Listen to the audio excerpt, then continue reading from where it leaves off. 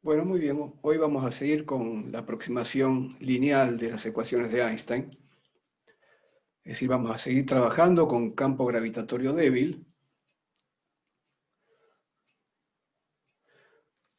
Como vimos en la clase pasada, hablar de un campo gravitatorio inercial débil significa que podemos encontrar en la geometría una carta o varias cartas, más de una, en donde la métrica se puede escribir como la métrica de Minkowski, esto es diagonal más, menos, menos, menos, o al revés, con la asignatura que les guste, más una perturbación, que por lo tanto tendrá que ser un tensor cuyas componentes sean mucho menores que uno. Es una forma esta de la métrica de campo débil que se preserva ante transformaciones de Lorentz de las coordenadas, porque las transformaciones de Lorentz dejan invariante el símbolo de Minkowski, que es el primer término en esta descomposición del tensor métrico. Y por cierto, las transformaciones de Lorentz, si esta cantidad es pequeña, van a dejar también a este segundo término pequeño. Así que por eso decimos que esta descomposición se preserva ante transformaciones de Lorentz de las coordenadas. Y lo que habíamos visto en la clase pasada es que el tensor de Ricci, que digamos es el objeto central en las ecuaciones de Einstein, del lado de la geometría al menos, porque con el tensor de Ricci calculamos los dos términos de las ecuaciones de Einstein. El propio tensor está en las ecuaciones y la curvatura, que es la traza de este tensor. Bueno, el tensor de Ricci, cuando se escribe para una métrica descompuesta de esta manera y se preservan solamente los términos lineales en la perturbación, quedaba expresado como vemos acá.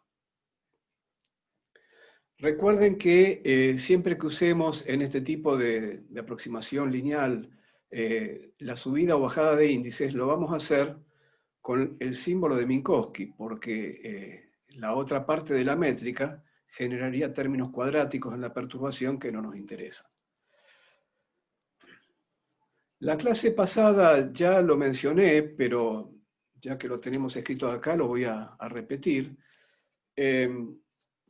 Por cierto, pueden ocurrir que dos configuraciones de métricas y campos de materia o radiación sean en realidad la misma configuración desde el punto de vista físico, pero vistos en dos cartas distintas. Los mismos objetos geométricos, pero vistos en cartas diferentes, por lo tanto tendrán componentes diferentes. En este sentido, si yo quiero que las ecuaciones de Einstein sirvan para determinar la geometría solamente, entonces las ecuaciones de Einstein, que son 10 ecuaciones, porque el tensor de Einstein es simétrico, tiene 10 componentes independientes, por lo menos en dimensión 4, entonces tenemos 10 ecuaciones de Einstein. Si esas 10 ecuaciones fueran todas independientes, nos servirían para determinar las 10 componentes de la métrica.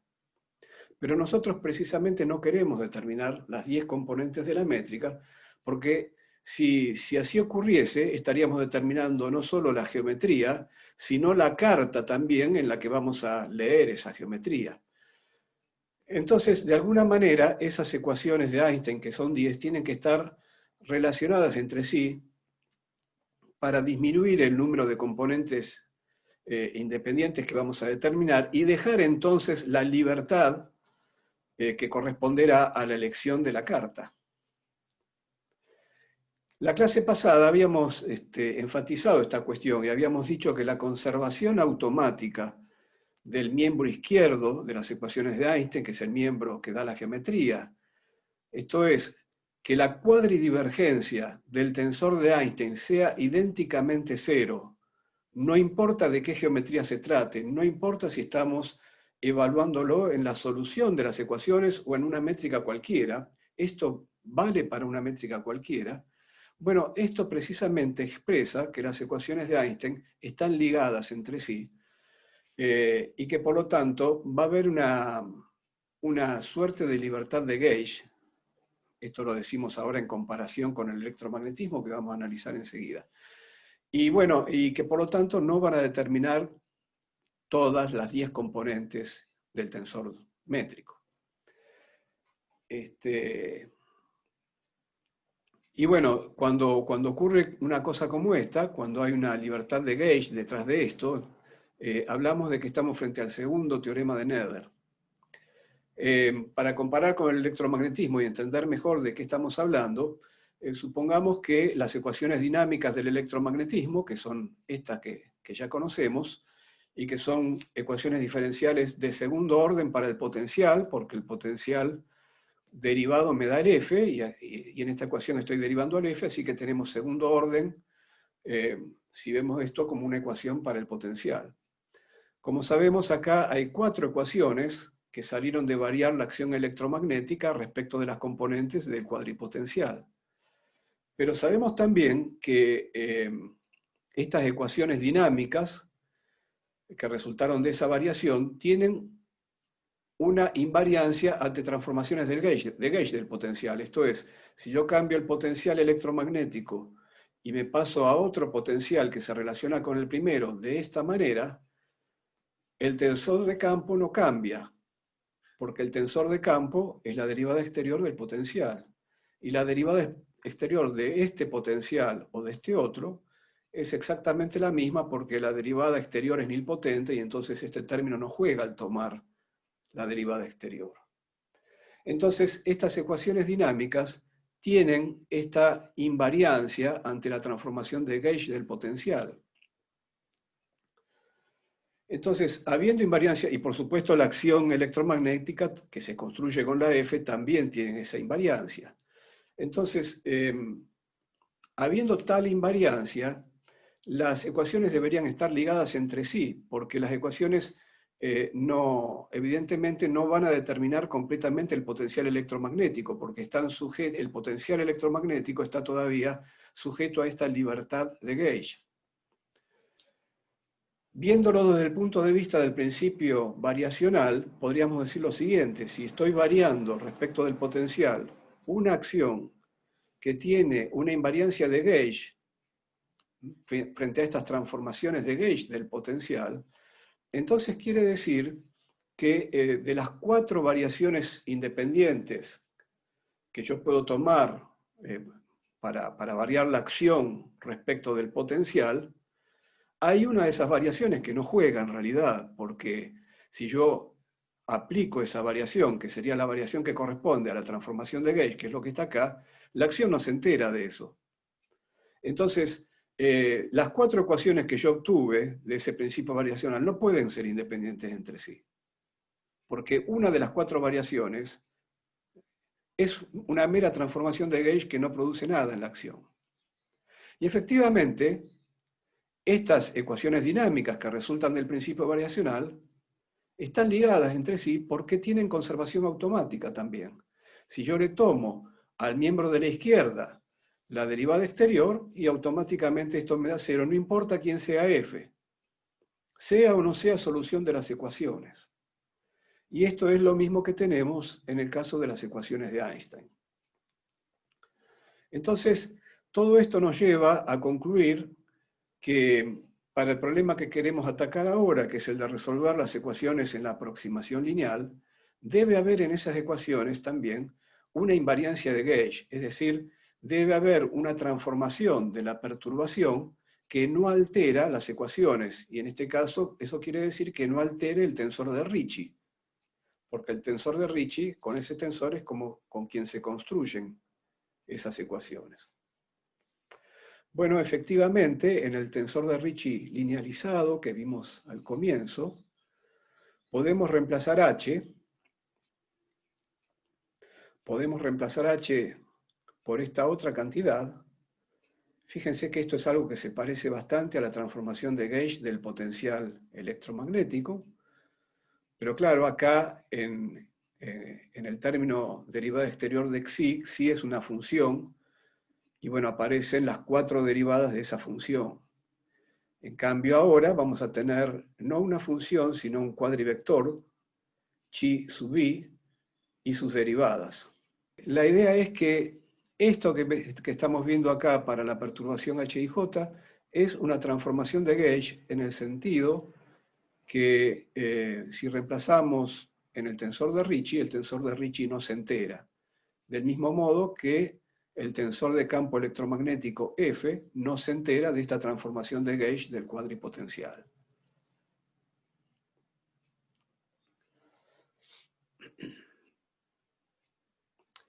Bueno, entonces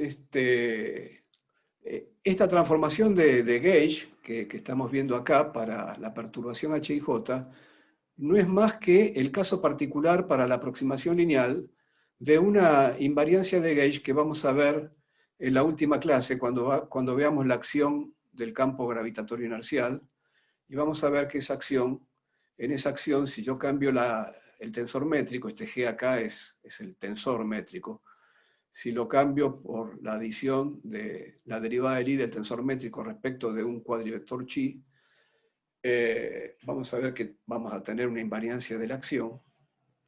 Y fíjense que si me aceptan eso por este momento, digamos, si yo tomo las componentes de este objeto, de la derivada del I de G respecto de chi, por supuesto la derivada del I de un tensor es un tensor, así que sus componentes se identifican con dos índices y J, y recordemos cómo se calculaba la derivada del I de un tensor, se calculaba de esta manera. Y bueno, teniendo en cuenta que tanto chi como sus derivadas son infinitesimales, directamente podemos decir lo siguiente.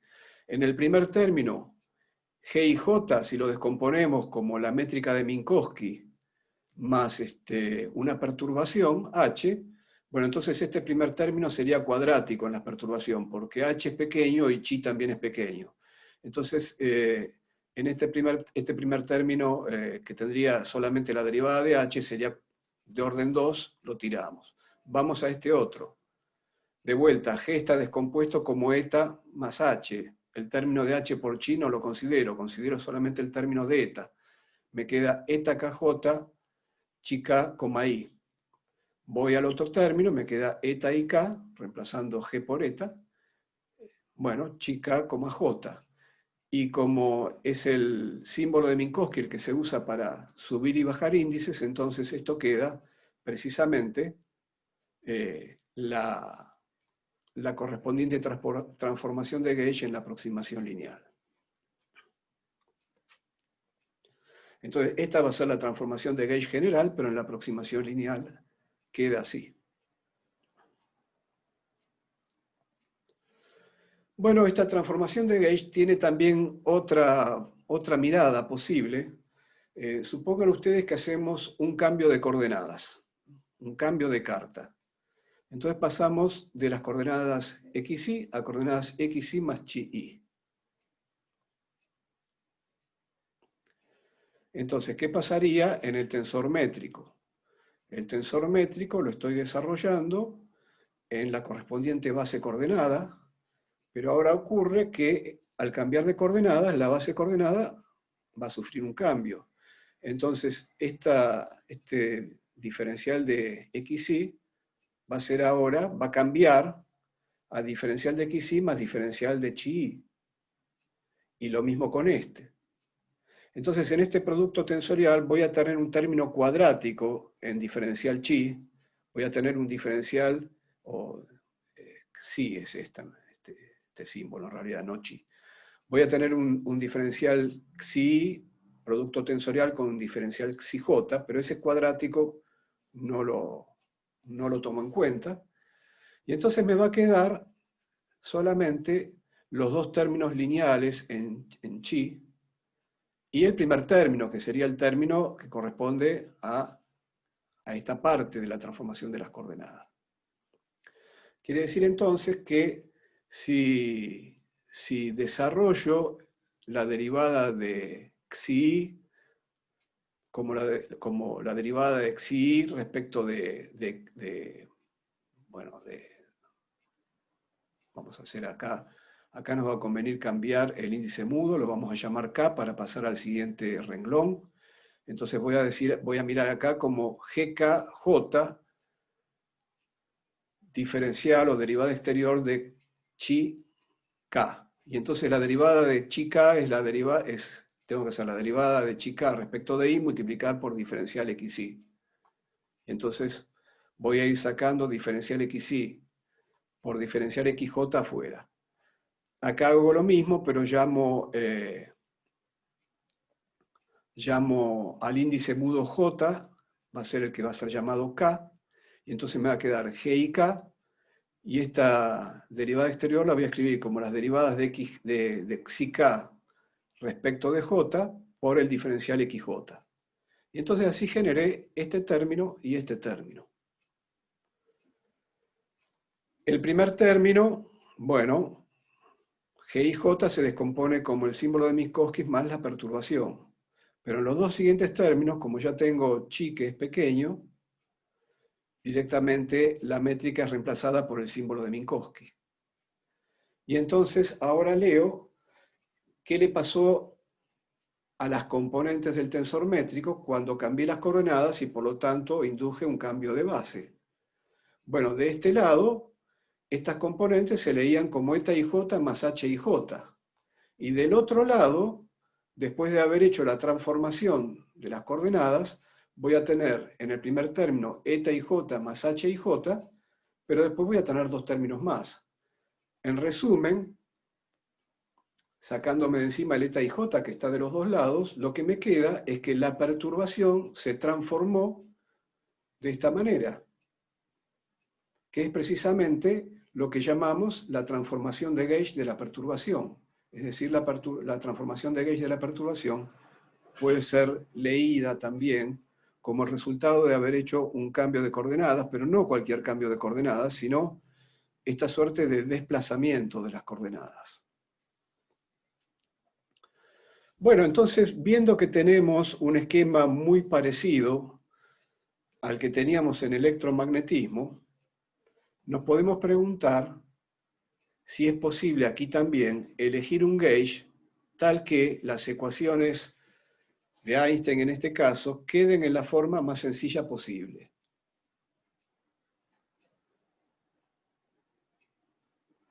No, digo que no cualquier cambio de coordenadas, porque este no es un cambio de coordenadas cualquiera. Un cambio de coordenadas cualquiera es reemplazar las coordenadas viejas por coordenadas nuevas que sean funciones arbitrarias de las coordenadas viejas. Y esto no es una función arbitraria. Es haber hecho una suerte de desplazamiento de cada una de las coordenadas usando como desplazamiento las componentes de este vector. ¿Se entienden? Por favor, si quieren preguntar, abren el micrófono y pregunten, porque yo el chat no lo veo y prefiero que sea con el micrófono. Si es que tienen el micrófono, por ahí están sin micrófono, no sé. Entonces, la idea es elegir aquí también un gauge que nos facilite escribir las ecuaciones. Un gauge que deje la forma del tensor de Ricci de la manera más simple posible. Un gauge que esencialmente anule varios de estos términos. Entonces acá también hay un gauge de Lorentz. Ustedes pueden pensar que acá en el título de gauge de Lorentz está faltando una T, pero en realidad no está faltando. Lo van a ver escrito con T en muchos libros, porque se sigue usando así, pero la verdad histórica es que quien propuso el gauge de Lorentz no es el famoso Lorentz que todos conocemos de las transformaciones de Lorentz, sino que es otro Lorentz que se escribía sin T, y que después se transformó en el Lorentz con T por error histórico simplemente. Es más, la palabra en alemán que él usó para llamar a su elección de gauge no era gauge exactamente, no era la equivalente a gauge en inglés, sino que era otra palabra, pero que también por deformación, por mala traducción, terminó siendo la palabra gauge. Así que el gauge de Lorentz es un Lorentz sin T.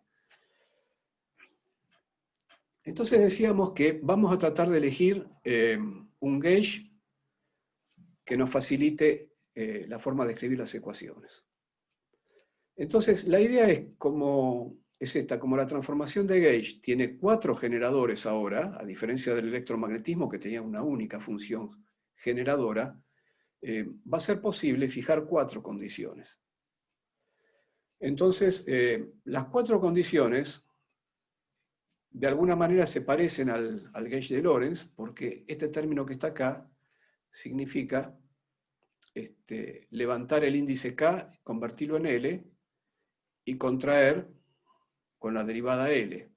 Claro, pero ahora tenemos 4 condiciones, no una sola, y tenemos todavía un índice libre, que es el índice J, para etiquetar las 4 condiciones.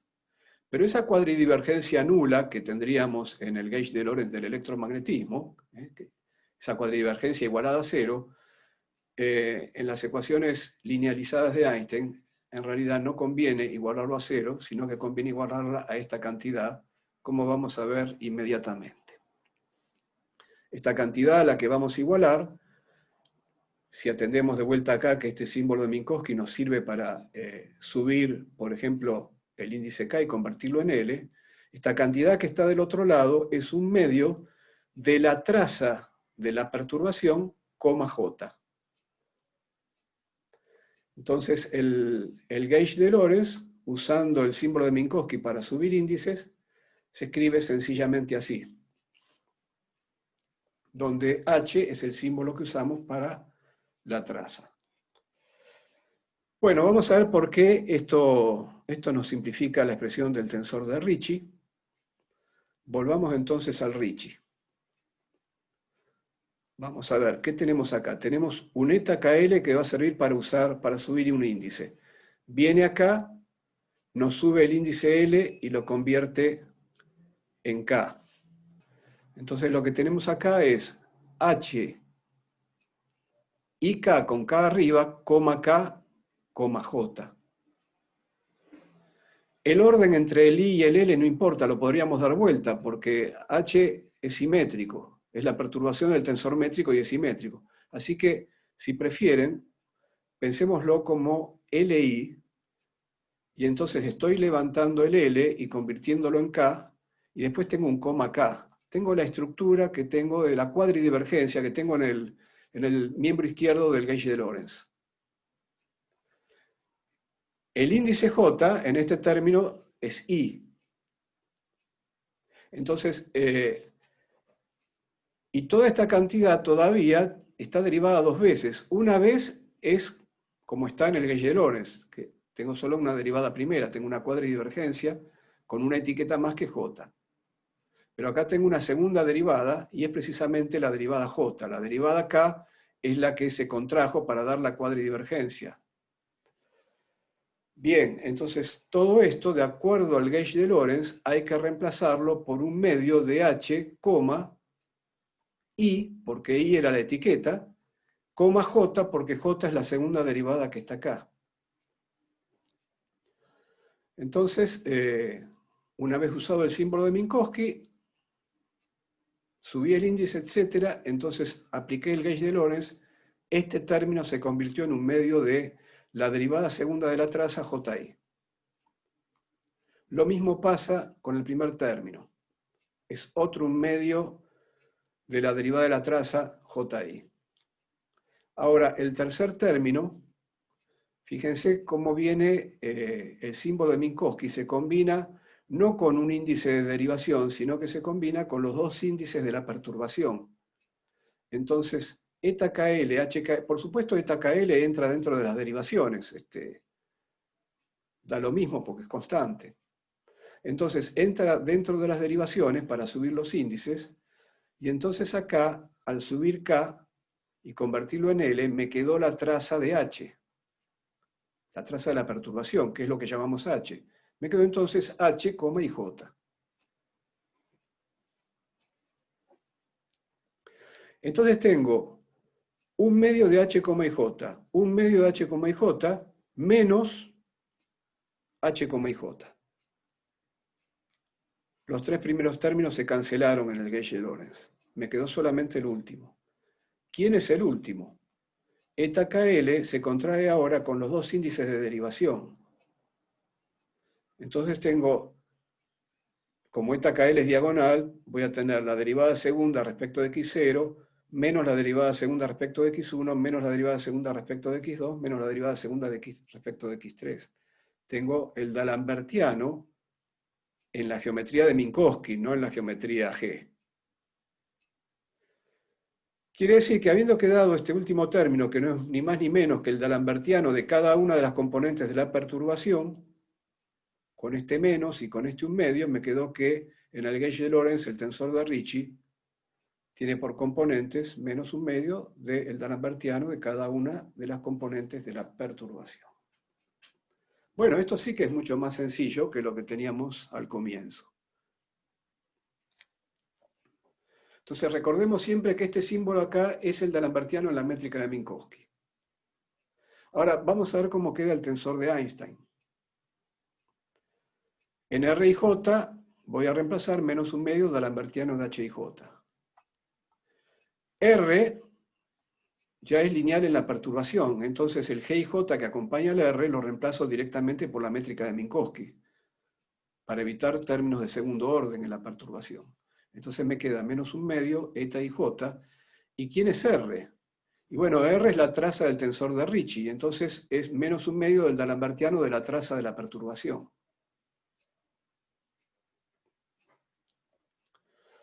Bueno, como vemos, conviene definir, para escribir las ecuaciones de Einstein, conviene sacar acá el d'Alembertiano afuera y llamar a todo lo que queda dentro del paréntesis, llamarlo H y J barra.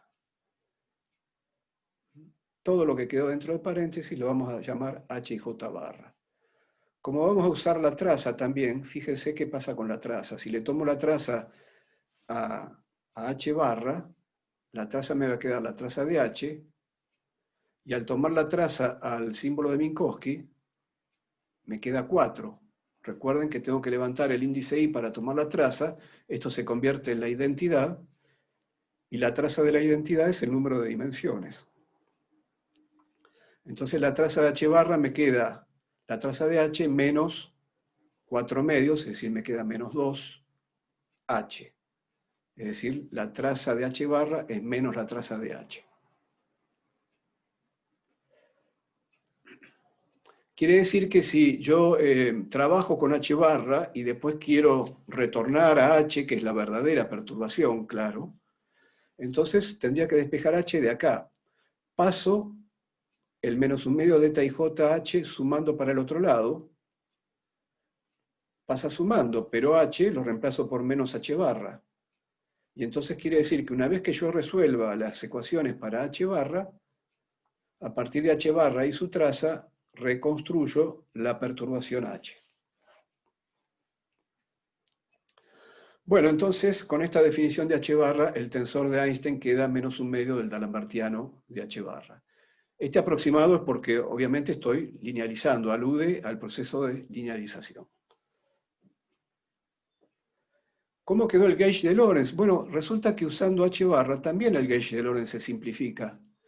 Porque si yo paso este un medio de la derivada J de la traza, lo paso restando para el otro lado, lo que tengo es la cuadridivergencia de la perturbación H barra igualada a 0, con el índice adicional J, que me dice que tengo 4 de estas cuadridivergencias. Entonces, cuando resolvemos las ecuaciones de Einstein linealizadas, en el lado izquierdo, el lado que viene de la geometría, voy a reemplazar menos un medio del d'Alembertiano de H barra, pero ese menos un medio lo voy a pasar del otro lado, va a pasar multiplicando el 2 y voy a tener un signo menos. El 2 multiplica al 8 que estaba en el factor K de las ecuaciones de Einstein, queda un 16 entonces. Y estas son las ecuaciones de Einstein linealizadas.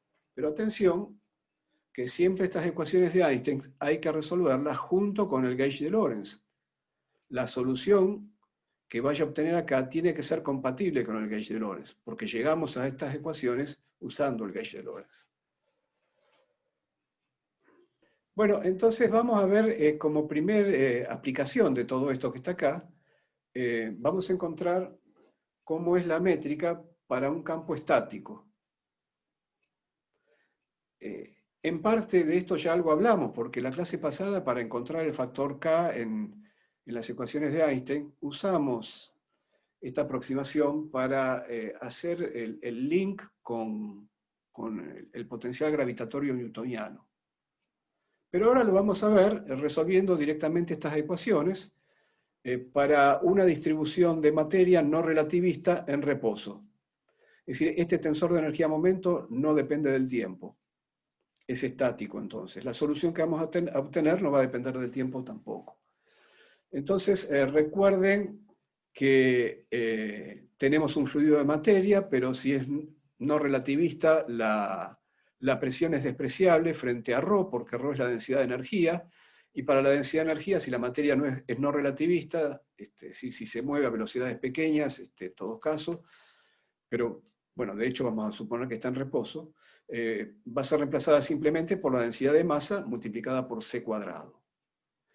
Entonces, la forma del tensor de energía-momento con los índices arriba sería diagonal ρ000. Le vamos a bajar los índices para reemplazar acá, pero recordemos que este tensor tiene que ser también pequeño, porque, digamos, es la fuente de la perturbación. Si la perturbación es pequeña, la propia fuente tiene que ser pequeña. Entonces, para bajar los índices, no usamos la métrica completa, porque esto ya es pequeño, usamos directamente el símbolo de Minkowski. Por lo tanto, tengo que bajarle los índices a la componente 0,0, así que ya sea que use la asignatura más, menos, menos, menos, o la menos, más, más, más, más, como tengo que bajar dos veces el 0, dos índices 0, en cualquier caso voy a multiplicar por 1. Y el tensor con los índices abajo va a ser igual, va a tener el mismo aspecto que el tensor con los índices arriba.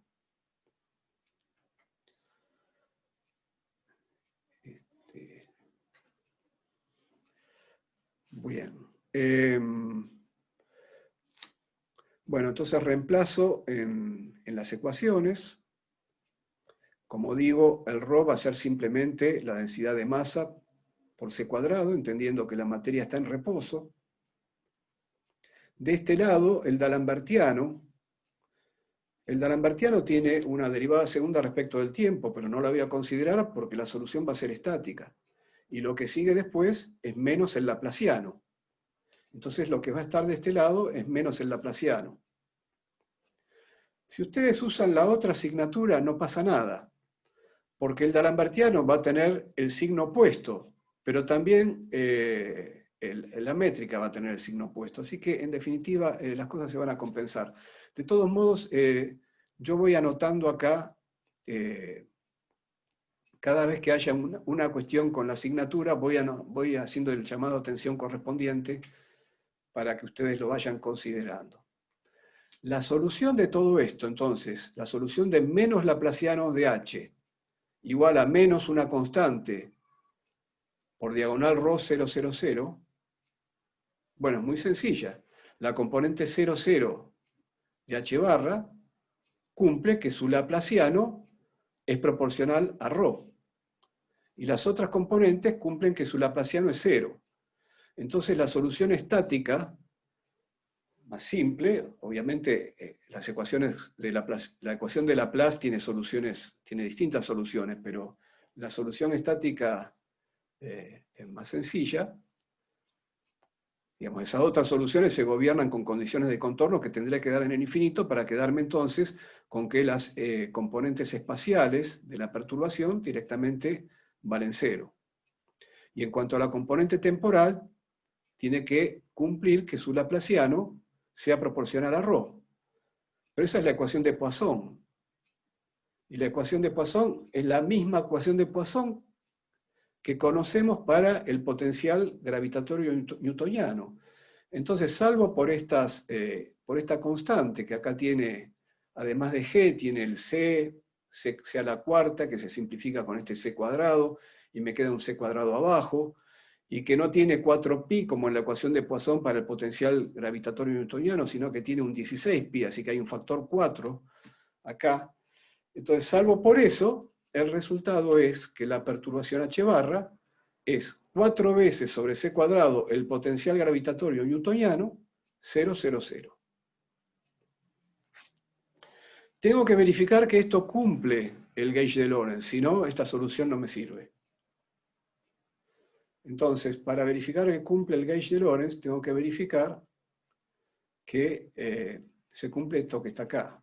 Ahora, si J es un índice espacial, la parte espacial de la perturbación vale 0. Así que habiendo elegido 0 la parte espacial de la perturbación, estoy ayudando a cumplir el gauge de Lorentz. Y en cuanto a la parte temporal, si J corresponde a la coordenada x0, si J es 0, entonces la única posibilidad para L es 0, porque la perturbación es diagonal. Pero si L vale 0, tengo que derivar respecto de 0, pero la solución es estática, no depende del tiempo. Así que cuando J es igual a 0, también se cumple la ecuación correspondiente del gauge de Lorentz. Entonces estamos bien, hemos resuelto las ecuaciones de Einstein linealizadas y además estamos respetando el gauge de Lorentz. Ahora tenemos que construir la perturbación. A partir de H barra, dijimos la perturbación H se construye de esta manera. De vuelta, acá está el tema de la asignatura indicado por las dudas. Pero bueno, fíjense, si yo tomo la traza de la perturbación, la traza de la perturbación es simplemente 4φ sobre c cuadrado. Al sumar sobre, sí, tengo que levantar el índice I, pero si levanto el índice 0, con la asignatura que yo uso habitualmente no cambia nada. Entonces me queda que la traza es 4φ sobre c cuadrado porque el resto de la diagonal vale 0. Entonces, al hacer esta cuenta, acá voy a reemplazar 4φ sobre c cuadrado. Si ustedes usan la otra asignatura, la traza hubiera tenido un signo diferente, pero el eta que acompaña acá también hubiera tenido un signo diferente. Entonces, finalmente, la asignatura acá afecta a los dos factores y entonces no cambia nada. Cualquiera sea la asignatura, esto que está acá va a ser 4φ c cuadrado para el término temporal, menos 4φ c cuadrado sobre c cuadrado, menos 4φ sobre c cuadrado, menos 4φ sobre c cuadrado. Dividido menos un medio, bueno, entonces en vez de ser la parte espacial menos 4φ sobre c cuadrado, va a ser 2φ sobre c cuadrado, menos 2φ sobre c... perdón, ¿qué dije? No, bueno, el menos ya lo tenía en consideración. Dividido en un medio, me va a quedar entonces que cada una de las componentes espaciales va a ser menos 2φ sobre c cuadrado. Quiere decir que si bien la H barra no tenía componentes espaciales, la H sí las va a tener, porque provienen de este término. Y cada una de ellas vale menos 2φ sobre c cuadrado. Y a la componente temporal todavía le tenemos que restar el menos 2φ sobre c cuadrado y por eso va a quedar 2φ sobre c cuadrado. Ahora que conocemos la perturbación, podemos escribir el intervalo. Y el intervalo entonces es combinar esta perturbación con la métrica de Minkowski, con 1, menos 1, menos 1, menos 1. Entonces el campo estático, la solución estática de campo débil en el gauge de Lorentz tiene esta forma. Fíjense que una parte de esta solución ya la conocíamos, ya sabíamos que en G00 iba a entrar el 2φ sobre c cuadrado en campo débil. Pero ahora hemos completado la forma de la solución.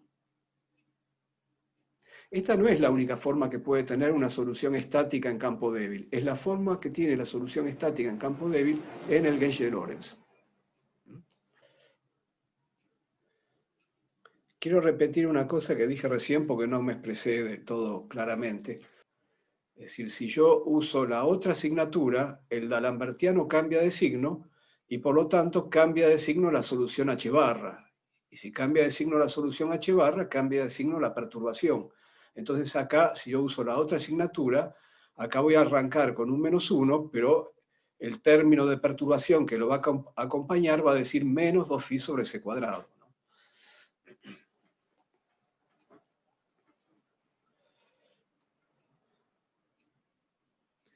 El siguiente tema es resolver ahora nuevamente las ecuaciones de Einstein linealizadas, pero ya no buscar soluciones estáticas, sino buscar soluciones que dependan del tiempo. Vamos a buscar soluciones dependientes del tiempo en vacío. Esto es tomando como fuente de la ecuación cero, ¿no? Si no hay tensor de energía de momento, no hay materia en el espacio-tiempo.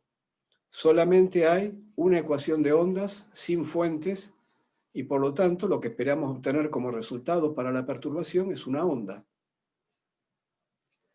¿A qué velocidad se propaga esa onda? Bueno, la velocidad de propagación está contenida en el propio D'Alembertiano, cuyo primer término dice 1 sobre c cuadrado derivada segunda respecto de t dos veces. De manera que estas ondas gravitatorias que vamos a encontrar se van a propagar a la velocidad de la luz. Entonces queremos resolver la ecuación de ondas que tenemos acá, siempre recordando que la debemos resolver junto con el gauge de Lorentz. Lo más fácil, ya que estas son ecuaciones lineales y homogéneas, es resolver para una onda plana y, por supuesto, la solución más general va a ser una combinación lineal de ondas planas. Así que voy a resolver para una onda plana monocromática. Esto es, voy a proponer como solución para la perturbación una exponencial, un e a la i kx. Acá está el e a la i omega t, y está el vector de onda k multiplicado escalarmente con el vector posición. Y esto va a ser una amplitud, va a ser constante, pero claro, como estoy resolviendo 10 cantidades al mismo tiempo, las 10 componentes independientes de la perturbación, esto también va a ser una matriz de 10, va a ser una matriz simétrica de 4×4, que la vamos a llamar el tensor de polarización. Lo primero que vamos a ver, ya sabemos que si reemplazamos esto en las ecuaciones de onda, simplemente lo que va a salir es que esto es solución siempre que el vector k, el cuadrivector k, sea un vector nulo. Así que ya está, ya con eso satisfacemos la ecuación de onda. Ahora queremos satisfacer el gauge de Lorentz. Entonces reemplazamos en el gauge de Lorentz y bueno, al tomar derivadas a la exponencial bajan factores k. Lo mismo al tracear después va a quedar la traza del tensor de polarización. Entonces, y finalmente, como la exponencial va a estar en los dos términos, se va a cancelar la exponencial. Entonces el gauge de Lorentz para este tipo de solución queda simplemente escrito de esta manera.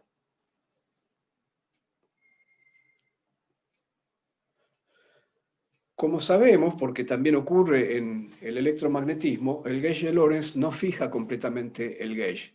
Es decir, todavía quedan disponibles transformaciones de gauge, siempre las transformaciones de gauge son de este tipo, pero quedan disponibles transformaciones de gauge, transformaciones con esta estructura, que mantienen, que no alteran el gauge de Lorentz. Vamos a ver cómo es esto.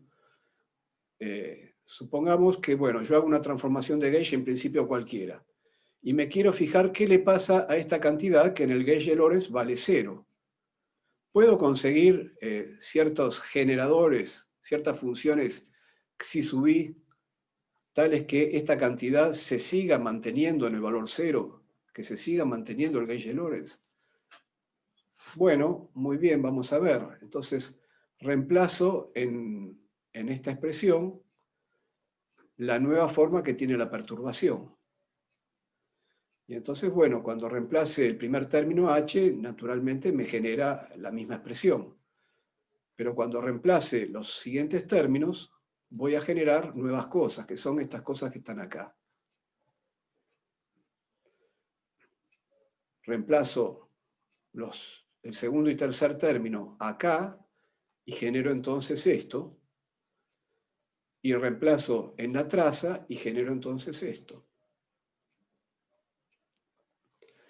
Entonces, vamos a ver qué es lo que tenemos acá.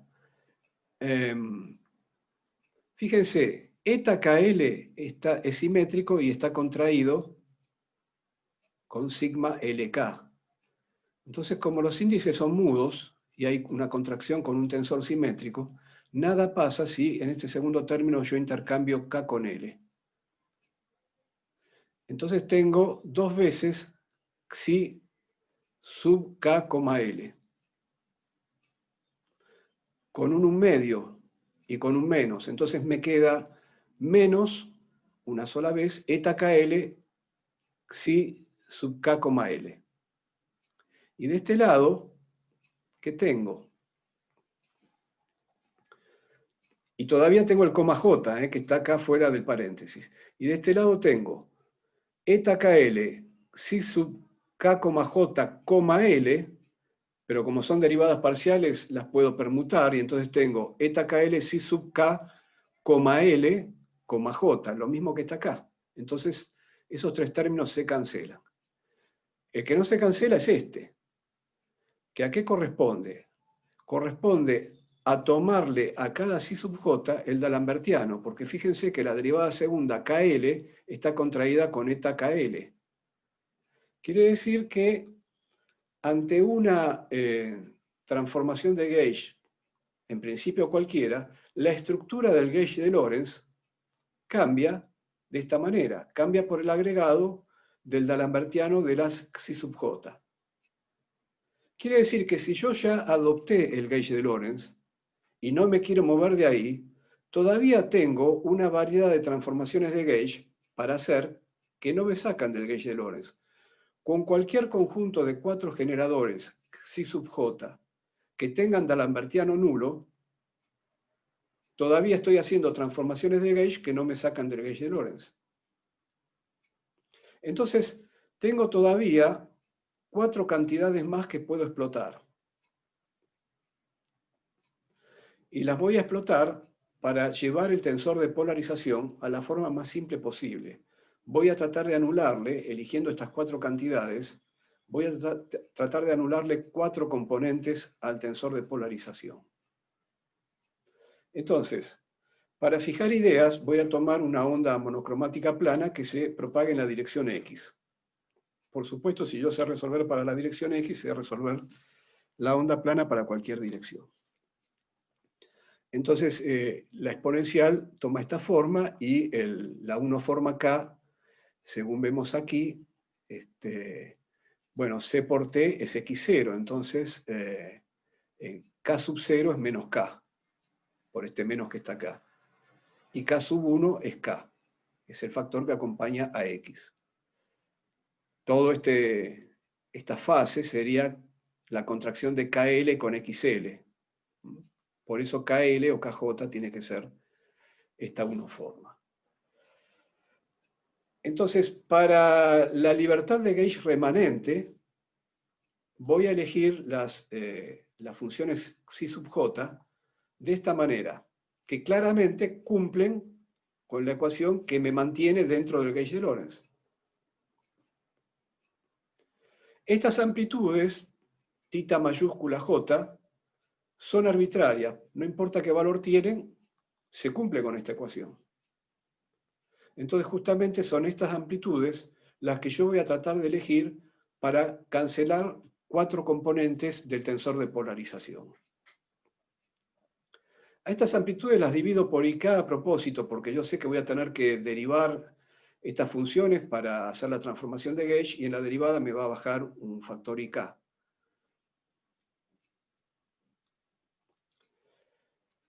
Entonces, bueno, ¿cuántas condiciones de gauge tengo en total? El gauge de Lorentz fijó 4 ecuaciones. Eran las 4 ecuaciones que quedaron acá.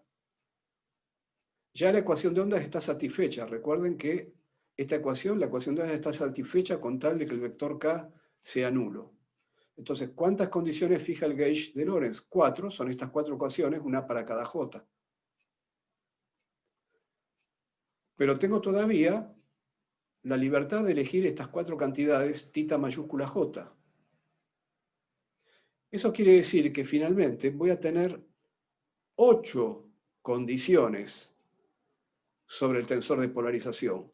4 que vienen de esas 4 ecuaciones que quedaron planteadas para cumplir con el gauge de Lorentz, y 4 condiciones más que puedo elegir libremente para cancelarle 4 componentes al tensor de polarización.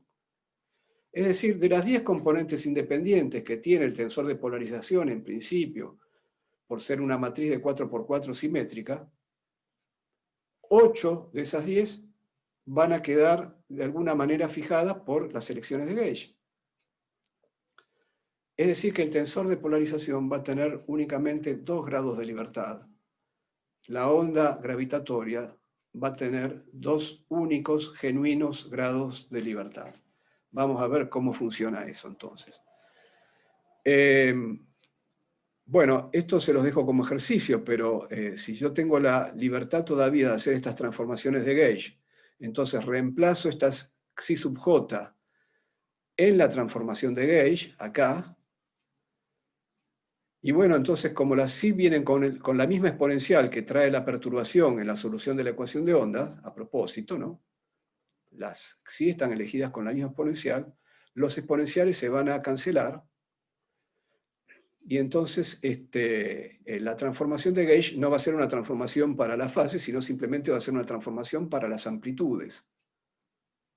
Y entonces, viendo qué le pasa a las amplitudes, esto se los dejo como ejercicio, es muy sencillo, las amplitudes, las componentes del tensor de polarización, van a cambiar de esta manera. Entonces, fíjense, esto por lo menos es para las amplitudes que pertenecen a la parte temporal del tensor de polarización. Fíjense que acá puse siempre el segundo índice lo puse igual a 0, y da lo mismo si fuera el primer índice porque este tensor es simétrico. Entonces, todo el sector temporal del tensor de polarización es directamente afectado por la elección de estas amplitudes libres que tiene esta libertad de gauge remanente.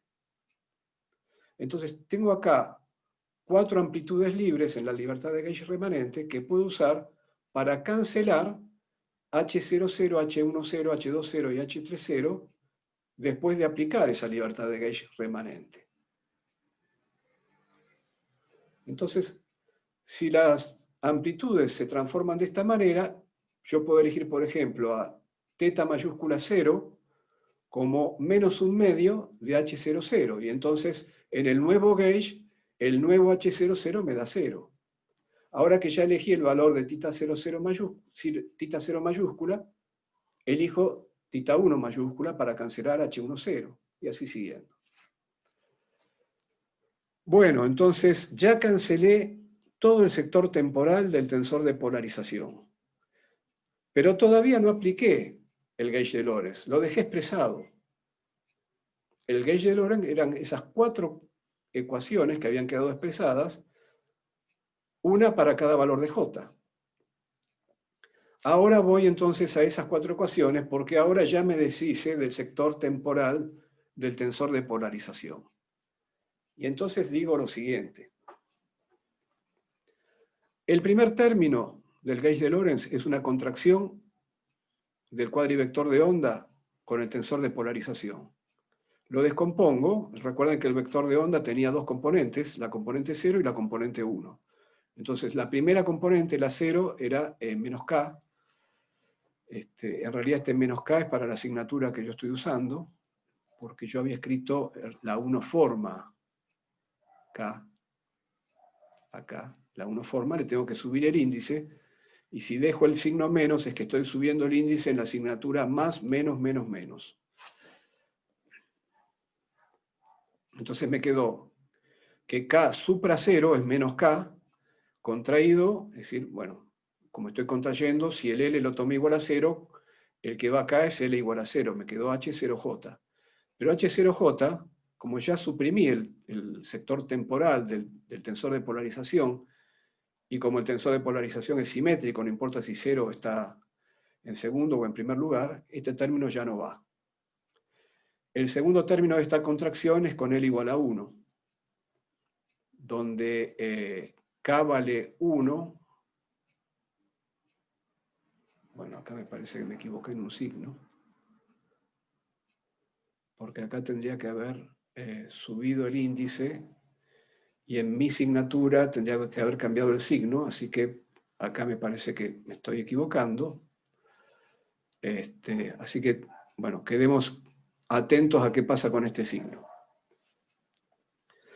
Entonces, esto debería ser un menos KH1J menos un medio de K sub JH.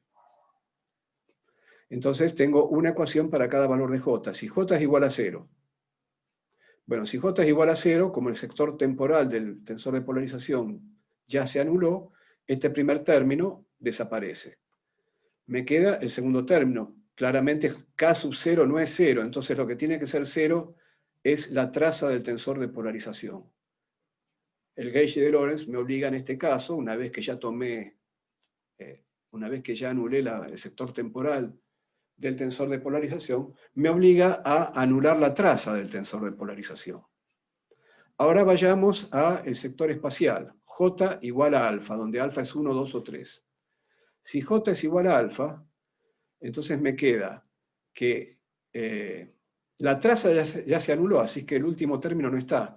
Me queda que K por H1 alfa, o menos K por H1 alfa, entendiendo que este signo está equivocado, es igual a 0.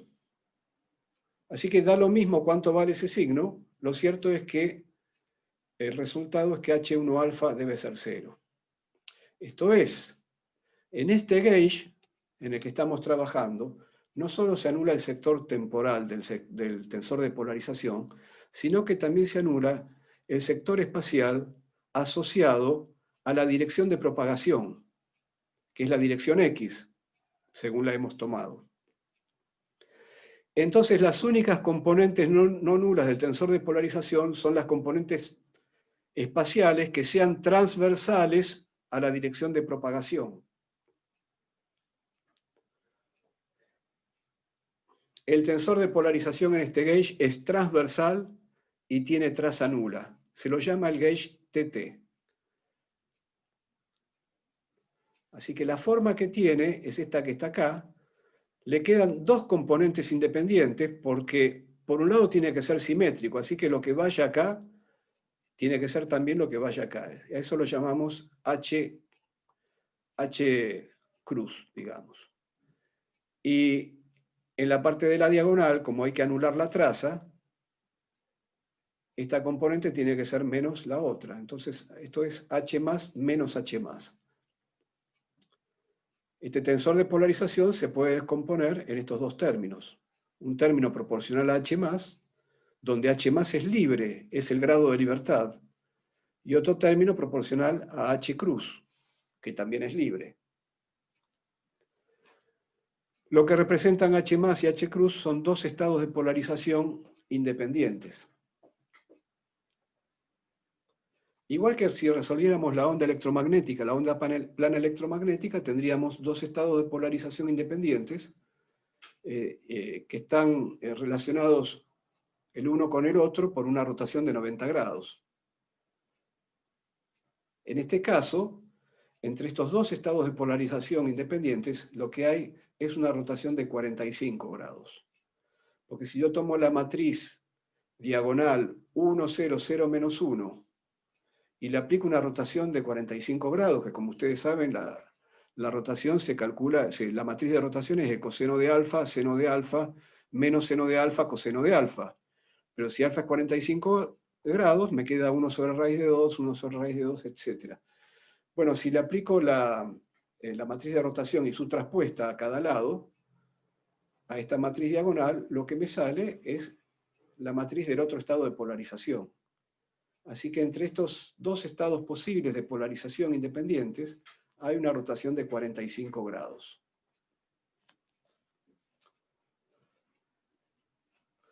Ya hemos resuelto la onda entonces. Ahora lo que queremos saber es qué consecuencias tiene esta onda gravitatoria. En definitiva, ¿cómo se detecta? Bueno, para detectarla tendríamos que ver qué consecuencias tiene esta alteración de la geometría del espacio-tiempo sobre el movimiento de partículas libremente gravitantes, tomadas como partículas de prueba. Una consecuencia notable del gauge que estamos usando, que como decíamos al comienzo, hablar del gauge que estamos usando es como hablar de la carta que estamos usando. Una consecuencia sorprendente es que en esta carta, partículas libremente gravitantes que están en reposo significa que mantienen fijas sus coordenadas de posición en esta carta. En otra carta se verán de otra manera. Pero que las líneas de universo de esas partículas, consideremos líneas de universo, que en esta carta que estamos usando, en este gauge, correspondan a partículas comóviles, que se muevan junto con la carta, con las coordenadas de la carta. Así que mantengan sus coordenadas espaciales fijas. Eso quiere decir que en su cuadrivector velocidad tenga esta forma, es decir, que no haya componentes de la cuadrivelocidad en el sector espacial. Notablemente, estas coordenadas que están, estas partículas que están fijas en esta carta, son soluciones de las ecuaciones de la geodésica en la geometría de la onda gravitatoria. Ustedes dirán, pero ¿qué estamos diciendo? ¿Que la onda gravitatoria no le hace nada a estas partículas? Bueno, vamos a ver un momento, porque esto es un efecto de la carta. Primero veamos por qué lo que estamos diciendo es cierto. Entonces, escribamos las ecuaciones de la geodésica, y lo que queremos probar es que esta cuadrivelocidad que corresponde a partículas en reposo en esta carta es solución. Entonces, bueno, el primer término desaparece porque la cuadrivelocidad es constante. Entonces, no hay cuadriaceleración, digamos, en el sentido, digamos, de la derivada común. La cuadriaceleración covariante en realidad es todo esto, es la derivada común más el término compensador de la conexión. Ahora, ese término de conexión, bueno, vamos a ver qué pasa, porque como esta cuadrivelocidad solo tiene componente cero, de los símbolos de Christoffel, los únicos que van a entrar acá son los que tienen J y K igual a 0. Entonces veamos cuánto valen, para cualquier I, los símbolos de Christoffel I 0, 0. Entonces, tomemos la definición de los símbolos de Christoffel, es un medio de la métrica inversa, pero la métrica inversa la vamos a reemplazar por el símbolo de Christoffel, porque acá van a aparecer derivadas de la métrica dentro del paréntesis, y esas derivadas de la métrica van a ser lineales en H. Entonces, al orden lineal, la métrica inversa que va acá adelante tiene que ser simplemente el símbolo de Christoffel, el símbolo de Minkowski. Bueno, entonces esta es la forma linealizada de los únicos símbolos de Christoffel que entran en la ecuación de la geodésica, teniendo en cuenta que la cuadrivelocidad solo tiene componente temporal. ¿Y cuánto valen estos símbolos de Christoffel? Bueno, quiero derivar H0L, pero la perturbación no tenía componente temporal. El tensor de polarización no tiene componente temporal en este gauge. Acá quiero derivar HL0, lo mismo. Y acá quiero derivar H00, lo mismo. Es decir, debido a que en este gauge no hay parte temporal en el tensor de polarización, los símbolos de Christoffel I00, que son los únicos que entran en la ecuación de la geodésica para esta solución propuesta, valen 0. Por lo tanto, la solución propuesta es efectivamente solución. Partículas que están en coordenadas fijas en esta carta corresponden a partículas libremente gravitantes. Corresponden a partículas que se mueven sobre geodésicas. Entonces, en esta carta, el paso de la onda gravitatoria no mueve a las partículas de las coordenadas espaciales en donde están. Pero de ningún modo esto quiere decir que el paso de la onda gravitatoria no tenga ningún efecto físico. Esto es un efecto de la carta que estoy usando. ¿Cuál sería el efecto físico? El efecto físico es la alteración de la geometría del espacio-tiempo. Por lo tanto, el efecto físico es la alteración de distancias y de tiempos medidos por relojes.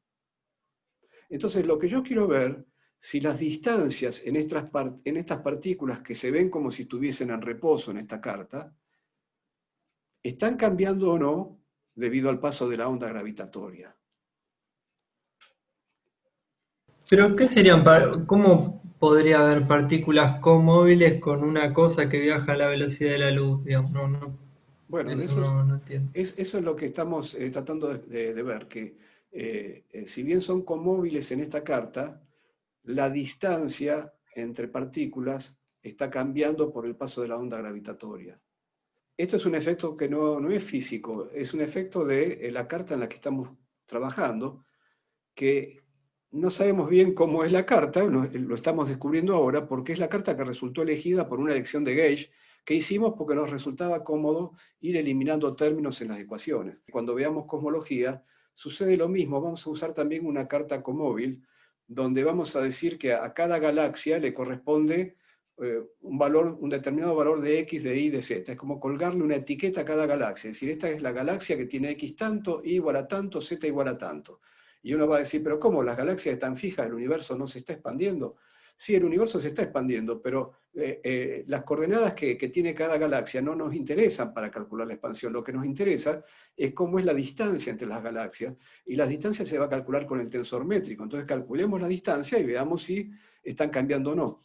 Bueno, acá vamos a hacer lo mismo. Estamos diciendo que la cuadrivelocidad de las partículas tiene esta estructura, quiere decir que no hay movimiento en las coordenadas de esta carta, y sin embargo las partículas están cumpliendo la ecuación de las geodésicas, así que son partículas libremente gravitantes. Quiere decir que las partículas que están en coordenadas espaciales fijas, a pesar de que está pasando la onda gravitatoria, no se mueven de esas coordenadas. Pero eso no implica nada físicamente todavía. Calculemos la distancia entre dos partículas que están en coordenadas fijas y veamos qué sucede con la distancia. Entonces, vamos a proponer estas dos líneas de universo, dos partículas diferentes. Una partícula tiene la línea de universo donde x0 es igual a c por t, x es igual a 0, e y es igual a epsilon fijo, y z es igual a 0. El tiempo propio que corresponde a esta partícula, como es una partícula fija, va a coincidir con el tiempo coordenado t, de manera que cuando calcule la cuadrivelocidad, derivando respecto del tiempo propio me queda C000, como decíamos antes. Lo mismo con esta otra partícula, que en cambio la hemos colocado en el origen de coordenadas. Está en x igual a 0, y igual a 0, z igual a 0. Entonces, estas dos partículas están separadas por una separación que vamos a considerar infinitesimal, epsilon. En la dirección y. Una partícula está corrida respecto del origen de coordenadas en la dirección y. Entonces, calculemos la distancia. Para calcular la distancia entre estas dos partículas voy a tomar dos eventos simultáneos. Es decir, voy a tomar el evento sobre cada línea de universo de cada una de estas dos partículas, voy a tomar dos eventos simultáneos, y entre esos dos eventos voy a calcular la distancia. Entonces, en principio, el intervalo, para calcular una distancia, es decir, entre eventos separados espacialmente, el intervalo en mi signatura lo tengo que calcular como la raíz cuadrada del módulo de GIJ de XY de XJ, porque lo que está dentro del módulo es negativo para eventos separados espacialmente. Pero bueno, la separación temporal va a ser 0 porque los eventos son simultáneos, y la separación espacial es solamente en la dirección y. Diferencial y vale epsilon. Entonces me queda un epsilon cuadrado que sale afuera como epsilon, y me queda la raíz del valor absoluto de G22.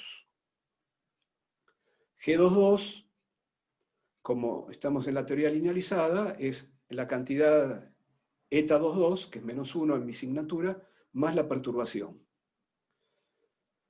Bueno, el valor absoluto de esto es 1 menos H22, y la raíz cuadrada, como estoy considerando que H22 es una cantidad pequeña, la aproximo como hacemos cuando tomamos 1 más epsilon a la alfa. Otro epsilon, no este epsilon que está acá. Bueno, finalmente la separación, la distancia entre estas dos partículas, entre eventos simultáneos, es epsilon 1 menos 1 medio de H22.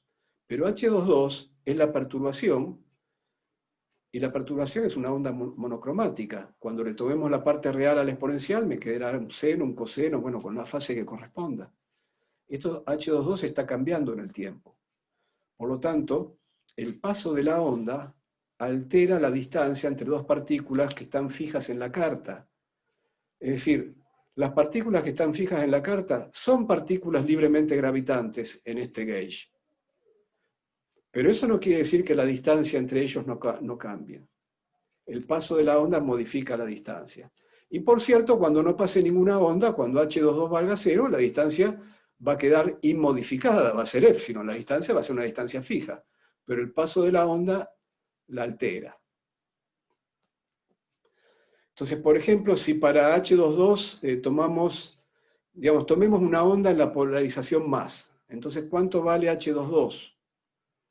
Bueno, en la polarización más, H22 se calcula con H+. Esta es la componente 2,2 del tensor de polarización, y luego acompaña el exponencial, y a la exponencial le tengo que tomar la parte real.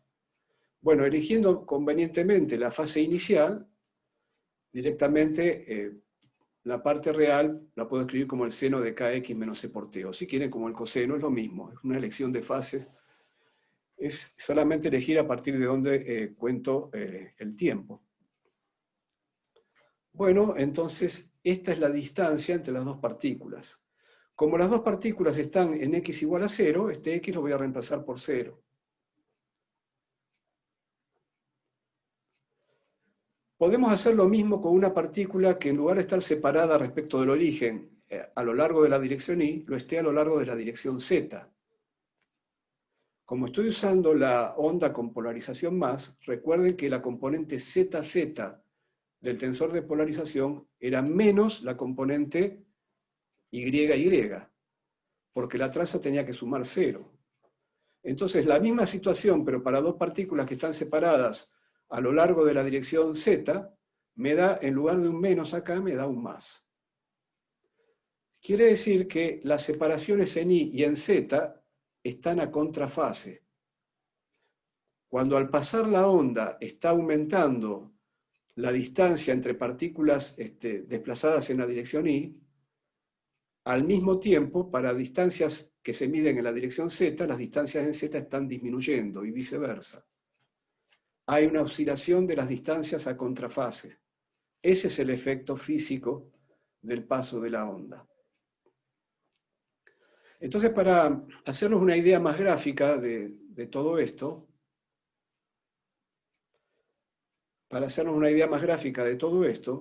vamos a imaginarnos que en el plano IX, que es el plano perpendicular a la dirección de propagación, es el plano de la perturbación, digamos, donde oscila la perturbación, vamos a imaginarnos que tenemos un círculo de partículas de radio épsilon. Nosotros tenemos una partícula en igual a épsilon, x igual a 0, z igual a 0, sino que tenemos también una partícula en x igual a 0, y igual a 0, z igual a épsilon, pero también completamos el círculo con radio épsilon. Cuando la fase de la onda es 0, cuando kc por t es 0, recuerden que estamos dibujando el plano x igual a 0. Cuando kc por t es 0, el seno se anula, y entonces las distancias valen épsilon en todas las direcciones, en y, en z y en las intermedias. Cuando la fase evoluciona, por ejemplo, cuando llegamos a fase igual a pi sobre 2, entonces el seno se hace máximo, se hace igual a 1, y la distancia en la dirección y se hace mínima, porque acá hay un menos, y la distancia en la dirección z se hace máxima. Entonces, perdón, al revés. Al revés porque hay un signo menos acá, así que me queda el seno de menos pi sobre 2. Entonces se hace máxima la distancia en y se hace mínima la distancia en z. Entonces, las distancias, esto es un gráfico de distancias, no de posiciones, porque las posiciones permanecen fijas en la carta, las coordenadas permanecen fijas, pero las distancias, cuando se están comprimiendo en la dirección z, se están expandiendo en la dirección y viceversa. Entonces se produce una oscilación que en el tiempo, a lo largo de un periodo, pasa esto que está acá hasta regresar a la forma circular y luego todo recomienza. En la otra posible polarización, como las dos polarizaciones, entonces acá lo que estamos viendo es una onda que avanza hacia nosotros. Esta es la dirección del eje X. Y en la otra posible polarización independiente, como había una relación de 45 grados entre una y otra, entonces la otra polarización funciona de la manera que ven a la derecha. Fíjense que cada estado de polarización es simétrico ante rotaciones de 180 grados. En cada momento, si yo hago una transformación de 180 grados, la onda queda como estaba. Para los que ya han visto las representaciones del grupo de rotaciones, que tal vez la hayan visto en Física Teórica 2, esta situación de simetría ante rotaciones de 180 grados corresponde a la representación de spin 2. Así como en el caso del campo electromagnético, la simetría es ante rotaciones de 360 grados y corresponde a la representación de spin 1, el fotón es una partícula de masa cero y de spin 1, y la representación del grupo de rotaciones que corresponde al spin 1 medio tiene una simetría ante rotaciones de 720 grados, porque cuando hacemos la rotación de 360 grados, los espinones cambian de signo. Esto quiere decir que si pudiéramos cuantificar la onda gravitatoria, correspondería entonces la partícula, sería una partícula de masa cero, porque la onda se desplaza a la velocidad de la luz, y con spin 2. Bueno, muy bien, entonces existe un fenómeno físico, una onda gravitatoria es finalmente detectable de esta manera, y qué experimento podemos planear, qué tipo de detector podemos construir. El detector es un detector de tipo interferométrico y consiste en un detector del tipo del interferómetro de Michelson. Esto es, son dos brazos perpendiculares. Pensemos lo que pasa si yo tengo en un brazo perpendicular a la dirección de propagación de la onda, que está acá dibujada en azul. Si hago propagar un rayo de luz a lo largo del eje Y, y en algún lugar del eje Y hay un espejo, digamos en I igual a L. Ya dijimos que el espejo, como cualquier partícula, cuando pasa la onda, permanece en I igual a L, pero la distancia respecto del origen de coordenadas, por ejemplo, o respecto de cualquier otra partícula, va a cambiar por el paso de la onda. Y entonces eso va a implicar una alteración del tiempo de viaje de ida y vuelta de este rayo de luz.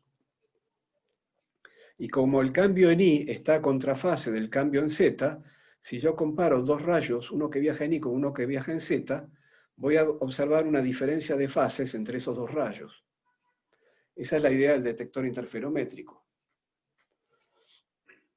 Entonces, vamos a tratar de resolver este problema de cuál es el desfasaje relativo, cuando pasa la onda, entre el rayo que viajó en I y el rayo que viajó en Z. Entonces, como estamos hablando de rayos de luz, tenemos que tomar líneas de universo nulas. Y como estoy hablando de un rayo que se propaga en I, el intervalo, que vale 0, va a tener solamente la parte temporal y la parte en I. La parte en I se calcula con G22, y G22 vale menos 1 más H22.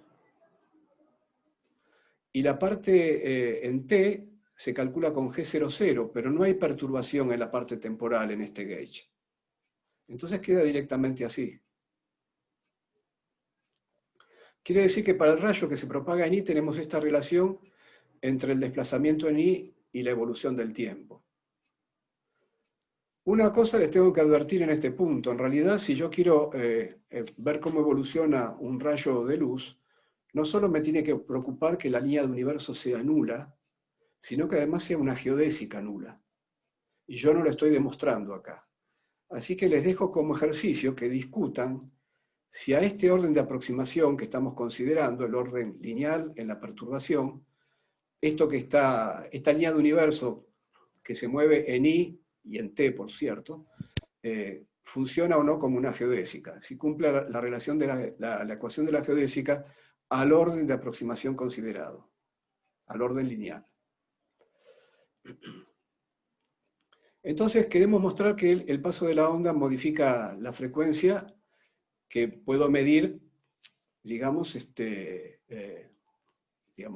yo pongo un reloj en el origen y ese reloj me mide el tiempo del viaje de ida y vuelta del rayo de luz y me lo compara para un rayo de luz que viaja en Y y otro que viaja en Z. Eso es lo que queremos calcular acá. Entonces, bueno, yo tengo que integrar esta ecuación. Esta raíz es una función del tiempo, porque la perturbación es una función del tiempo. Entonces, la paso del otro lado para integrarla en el tiempo. Y la integral en Y, ¿entre qué y qué la hago? Bueno, el rayo va de 0 a L y después vuelve del espejo al origen. Así que al integrar en Y, me queda entre la ida y la vuelta, me queda un 2L, el recorrido del rayo. Y la integral en T, ¿entre qué y qué se hace? Entre T igual 0 y el tiempo de ida y vuelta. Todo esto sucede con una perturbación evaluada en X igual a 0, porque yo tengo el aparato, el detector interferométrico, los brazos del aparato están en Y y en Z, en la posición X igual a 0. Todos los puntos de los brazos están en X igual a 0. Y el tiempo está evolucionando. Esta misma expresión que tengo acá me sirve también para calcular lo que pasa con el rayo que viaja en Z.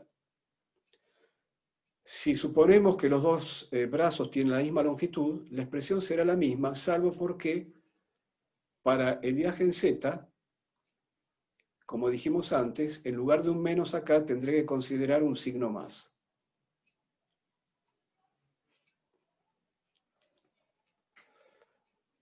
Si lo que me interesa es calcular el período, lo que yo tengo que pensar es que estoy contabilizando distintos pulsos, que podrían ser las crestas de la onda del rayo de luz, distintos pulsos, ¿no? Entonces yo digo, bueno, en T igual a 0 parte el primer pulso. En T igual a T grande, al periodo de la onda, parte el segundo pulso.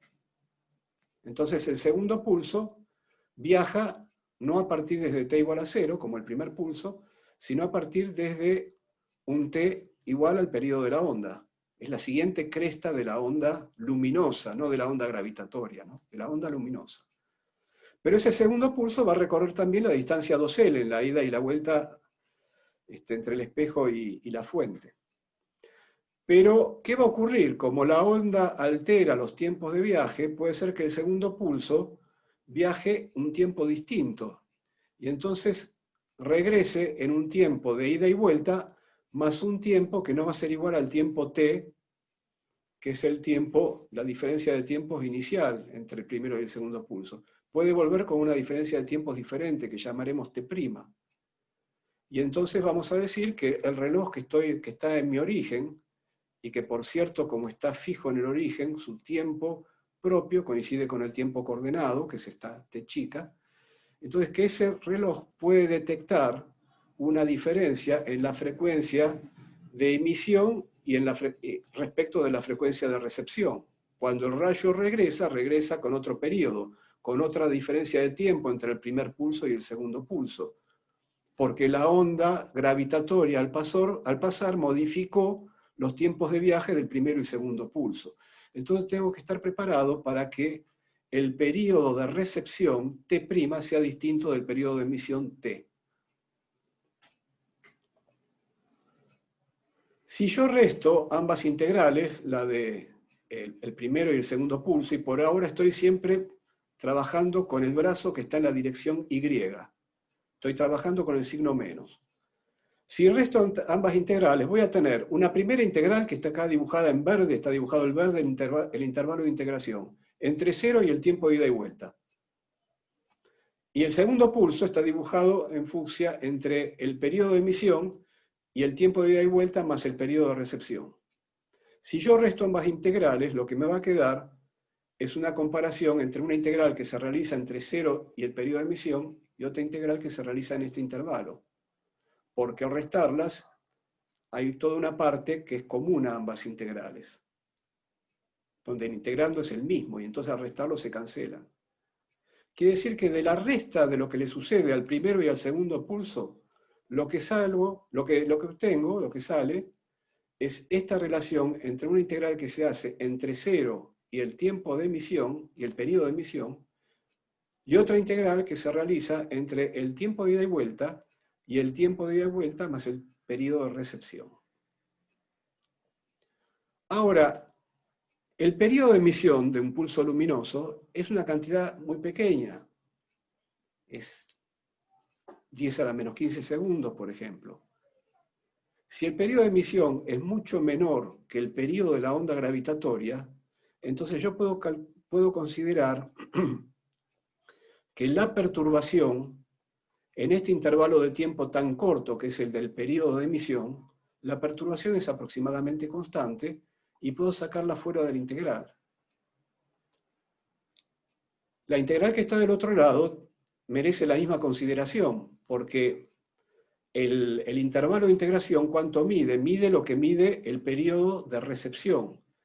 Y puedo decir que ese periodo de recepción también es muy pequeño. Si es muy pequeño comparado al periodo de la onda gravitatoria, que lo va a ser, entonces esta raíz puede salir fuera de la integral. Y entonces la integral me queda la integral de diferencial t, y diferencial t integrado me da delta t, es decir, me da el periodo de emisión de un lado y el periodo de recepción del otro. Y la perturbación, ¿en dónde está evaluada? Y en t igual a 0, del lado de la izquierda, y en t igual el tiempo de ida y vuelta del lado de la derecha. Esta relación entre el periodo de emisión y el periodo de recepción la puedo expresar también como una relación entre las frecuencias de emisión y de recepción, que son la inversa de los períodos. Y entonces la comparación de frecuencias me queda así. Como la perturbación es muy pequeña, la raíz de 1 menos algo muy pequeño lo puedo aproximar como 1 menos un medio de esa cantidad pequeña.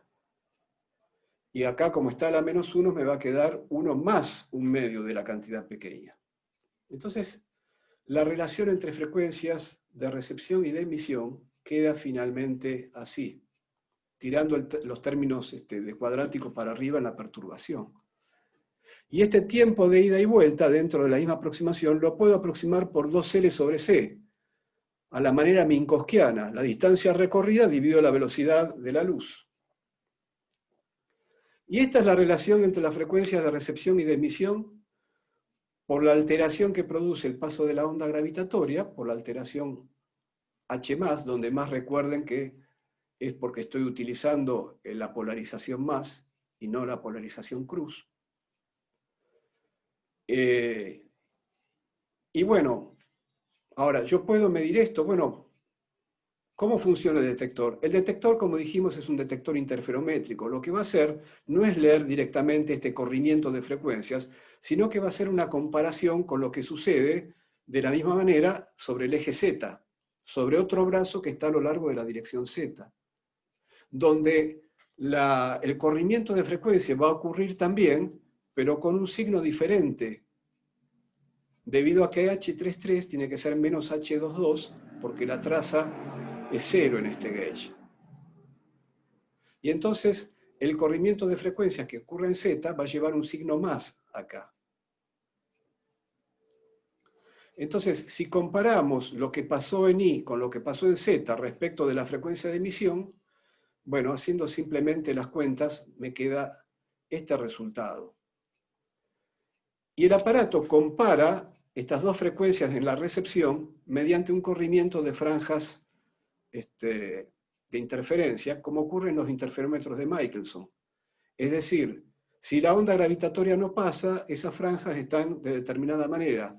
Cuando pasa la onda gravitatoria se observa una perturbación sobre la posición de las franjas.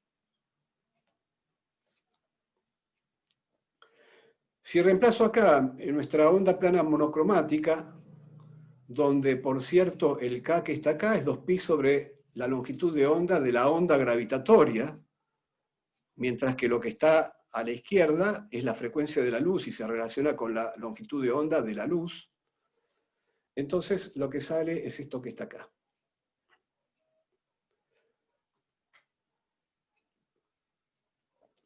Bueno, muy bien.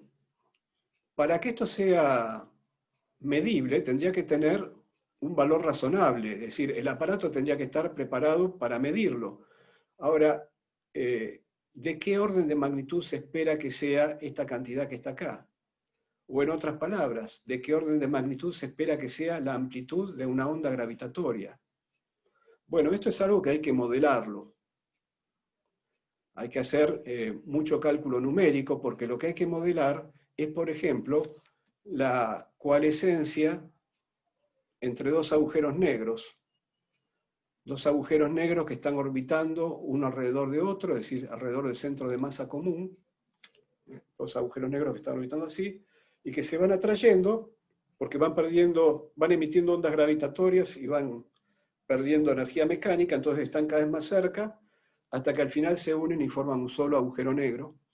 Y entonces, la primera parte del movimiento, si están alejados, se puede tratar en la aproximación lineal, pero esta última parte es fuertemente no lineal y requiere sí de cálculo numérico para resolver las ecuaciones de Einstein.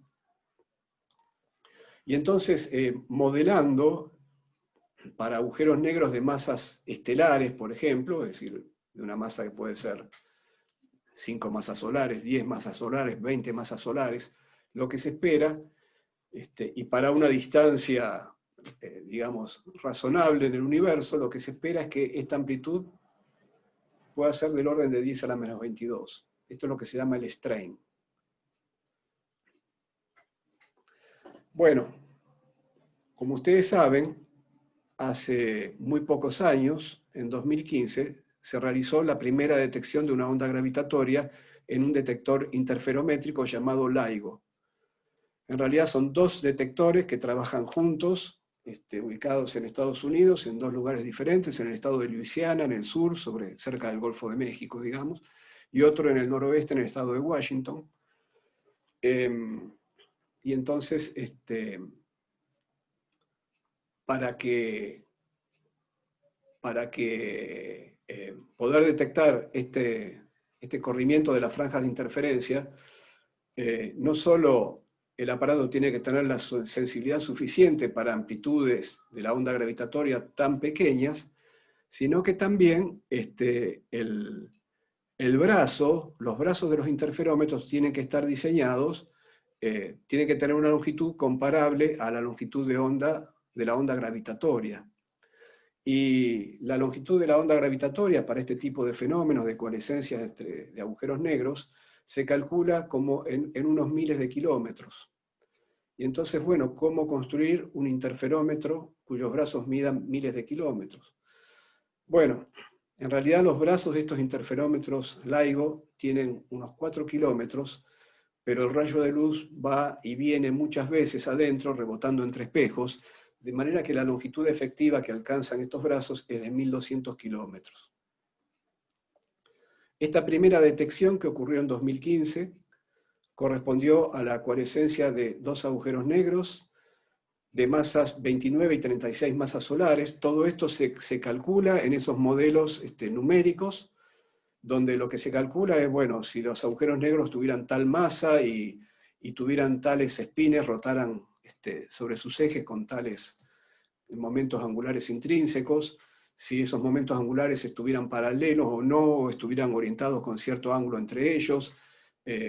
Finalmente, ¿cuál sería la forma de la señal que se debería medir en un detector interferométrico? Entonces, bueno, hay toda un menú de señales, y entonces finalmente cuando se detecta una señal, los dos detectores detectan la misma señal, entonces se da esa señal por buena, ¿no? Se da esa señal por buena en el sentido que no fue producida por una vibración local en la zona de uno de los detectores, porque en realidad hay mucho ruido de fondo en estas detecciones. Cuando se la da por buena, se ve a cuál de los templates, así se dice, de ese menú que ya se tiene almacenado de modelados, corresponde, y bueno, se obtuvo que correspondía esa primera medición a la coalescencia de dos agujeros negros de masas 29 y 36 masas solares, un fenómeno que ocurrió hace 1000 millones de años por la distancia que se calculó. Esa distancia se calcula en función de la amplitud de la onda.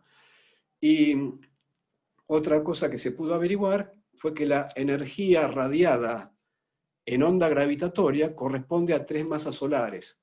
Quiere decir que el objeto, el agujero negro único que quedó formado después que estos dos se unieran, en lugar de tener las 65 masas solares que podía llegar a tener, tenía 62 masas solares. El resto es lo que fue emitido como la energía de la onda gravitatoria radiada.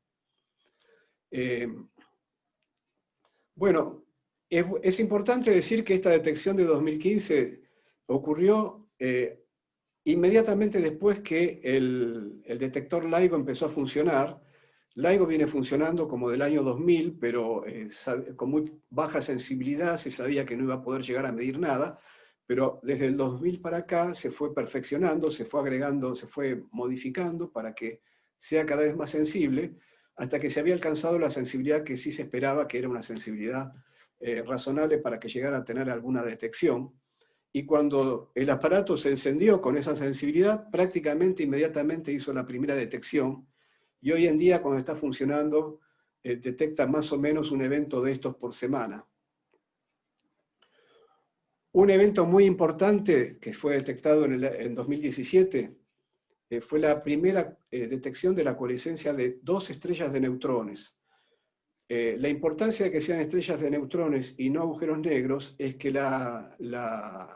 el fenómeno vino acompañado no solo de la onda gravitatoria, sino también de la emisión de un estallido de rayos gamma, lo que se llama un gamma ray burst.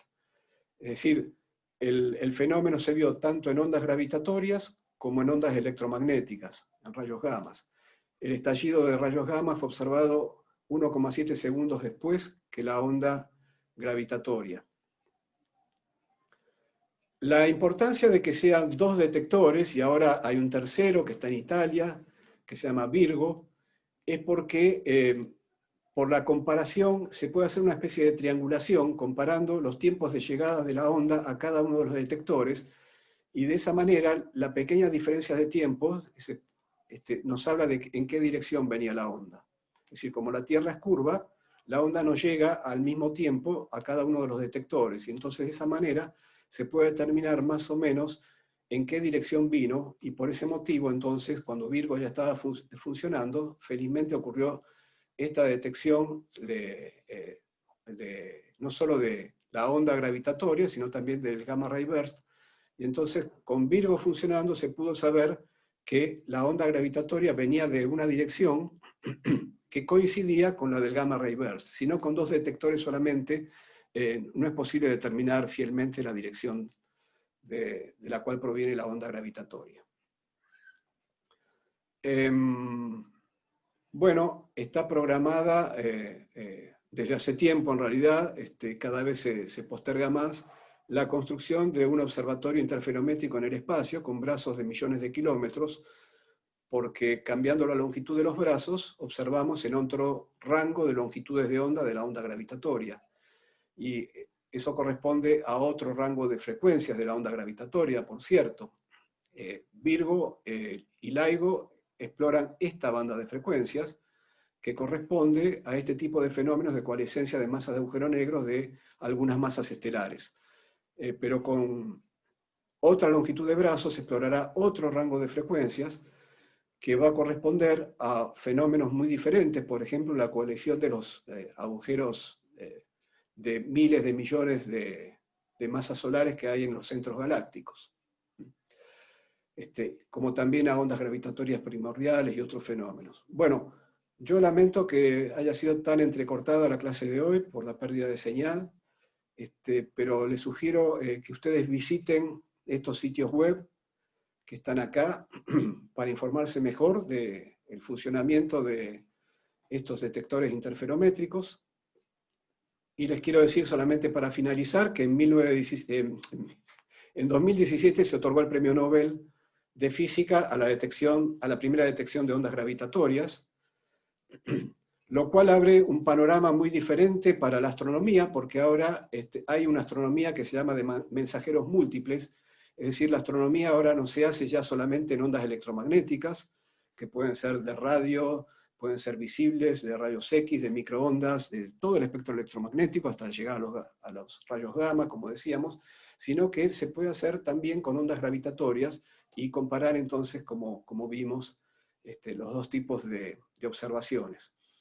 En 2017 entonces se otorgó el Premio Nobel de Física a la primera detección de ondas gravitatorias.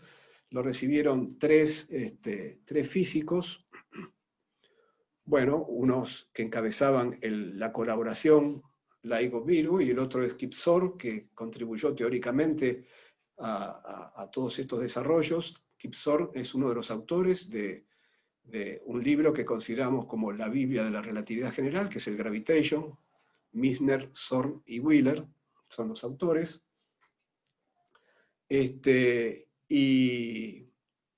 Y mencionaré que, bueno, que la colaboración LIGO-Virgo, ese trabajo de la observación de 2015, ese trabajo publicado en 2016, lo firman unos 1000 autores en realidad, porque estas colaboraciones requieren una cantidad de personal enorme que trabajan en distintas áreas, como ustedes podrán imaginarse.